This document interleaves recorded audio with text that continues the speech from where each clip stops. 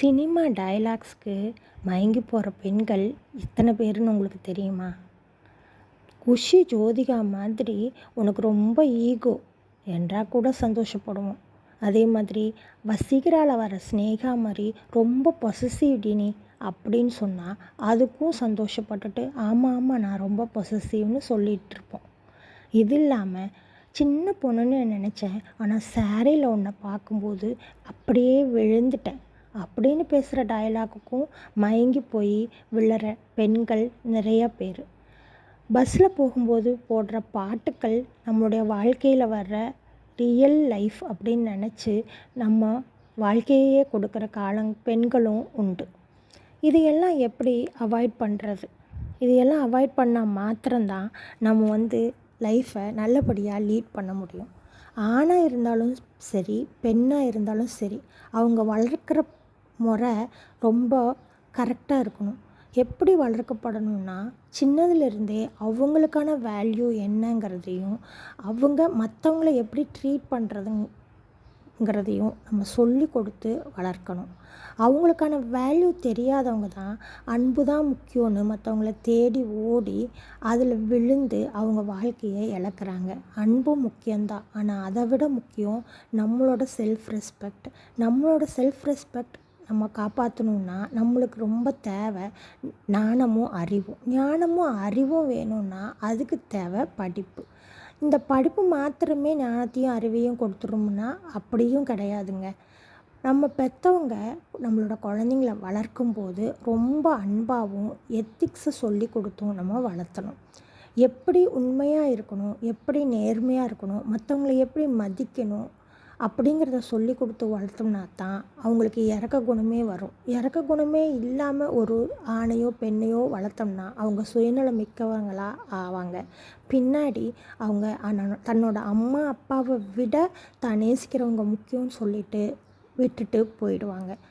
அதனால் அம்மாவோட இம்பார்ட்டன்ஸ் என்ன, அப்பாவோட இம்பார்ட்டன்ஸ் என்ன, குடும்பத்தோட இம்பார்ட்டன்ஸ் என்ன, குடும்பத்தோட ஒன்றா இருக்கிறதோட இம்பார்ட்டன்ஸ் என்னன்னு சொல்லி வளர்த்துங்க. அப்படி இல்லைன்னா யாரோ ஒருத்தங்க பேசுகிற சினிமா டயலாக்கு மயங்கி ஓடி போகிற பெண்கள் நிறைய பேர் இருக்கிறாங்க.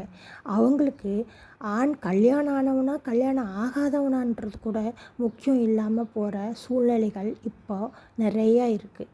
ட்ரக் அடிக்டாக இருக்கிறவங்கள கூட நேசிக்கிற பெண்கள் நிறைய பேர் இருக்கிறாங்க. இதையெல்லாம் மீறி நம்மளோட பொண்ணையோ இல்லை நம்மளோட பையனையோ நம்மக்கிட்ட தக்க வச்சுக்கணும்னா நாம் அவங்களுக்கு சப்போர்ட்டிவாக இருக்கணும், ஒரு ஃப்ரெண்ட்லியாக இருக்கணும், அவங்களோட கஷ்ட நஷ்டத்தை கேட்கணும், அவங்களோடையே கூட இருக்கணும். இந்த காலகட்டத்தில் அதையெல்லாம் முடியாமல் போனால் கூட சாயந்தரத்தில் அல்லது நைட்டில் அவங்களுக்காக ஒரு 1 ஹவராவது உட்காந்து ஸ்பெண்ட் பண்ணி உன்னோட கஷ்டம் என்ன, இன்றைக்கி என்ன நடந்ததுன்னு கேட்டு அவங்களோட இன்ப துன்பங்களில் டெய்லி பங்கேற்கிறது, இந்த மாதிரி சுச்சுவேஷனை அவாய்ட் பண்ணும். அதே மாதிரி பசங்க ட்ரக் அடிக்டாக ஆகிறாங்க அப்படின்னு சொன்னால் வீட்டில் நம்ம அவங்கள புரிஞ்சுக்காமல் நடத்துறது தான், அல்லது நம்ம அவங்களுக்கு கவனமே கொடுக்காமல் விடுறது தான். ஒரு அம்மா தன்னோட மகன்கிட்ட ஒரு ஃப்ரெண்ட்லியாக இருந்தான்னா அவங்க அம்மாவுக்கிட்டேயே எல்லா பிரச்சனைகளையும் சால்வ் பண்ணிப்பான். அதனால் அவனுக்கு ட்ரக் அடிக்டாக ஆகணுன்னோ இல்லை வேற ஒரு பொண்ணை தேடி போகணுன்னோ தோணவே தோணாது. எப்பவுமே பெற்றவங்களுக்கு கீழ்ப்படிஞ்ச ஒரு நல்ல பையனாக இருப்பான். அப்பாவும் அவனுக்கான டைமை அவனுக்கு கொடுக்கணும். வேலைன்னு பிஸ்னஸ்னு அலைஞ்சிட்டு தெரியாமல் அவனை கூப்பிட்டுட்டு போகணும், அவனுக்கு தேவையானதை வாங்கி தரணும், அவனுக்குன்னு டைமை ஸ்பெண்ட் பண்ணணும். இதையெல்லாம் நம்ம செஞ்சோம்னா நம்ம குழந்தைங்க நம்மளோட இருப்பாங்க, நம்மளை விட்டு போக மாட்டாங்க. வாழ்க்கையோட தரத்தை உயர்த்துறதுக்கு என்ன பண்ணணுமோ அதை மட்டும்தான் பண்ணுவாங்க.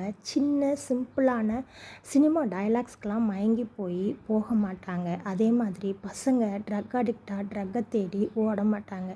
நிறைய டைமு நான் ரோட்டில் போகும்போது சின்ன பசங்க எல்லாம் கஞ்சா அடிக்கிறத நான் பார்த்துருக்கேன். அதெல்லாம் மனசை ரொம்ப உடச்சி போட்டிருக்கு. இந்த பிள்ளைங்களெல்லாம் நம்ம எப்படி கரை சேர்க்க போகிறோம், எப்படி இவங்கெல்லாம் பெரிய லெவலுக்கு வருவாங்க, இப்படி வாழ்க்கையை தொலைச்சிட்டு நிற்கிறாங்களேங்கிறதோட மட்டும் இல்லாமல் அவங்க அதிலேயே விழுந்து மூழ்கி போய் மனநல பாதிக்கப்பட்டு ட்ரக் அடிக்ஷன் சென்டரில் போய் கஷ்டப்படுறது எல்லாம் நான் பார்த்துருக்கேங்க. அதெல்லாம் ரொம்ப வேதனையை கொடுக்குது. இது எல்லாம் அவாய்ட் பண்ணுறது நம்மளோட குழந்தைங்கள சின்னதுலேருந்து அக்கறையாக வளர்த்துறதுல தான் இருக்குதுங்கிறது என்னோட கருத்து. நீங்கள் என்ன சொல்கிறீங்க அப்படிங்கிறத யோசித்து இங்கே முடிஞ்சால் கமெண்ட்டில் போடுங்க. இப்படிக்கு உங்கள் கண்மணி. வணக்கம்.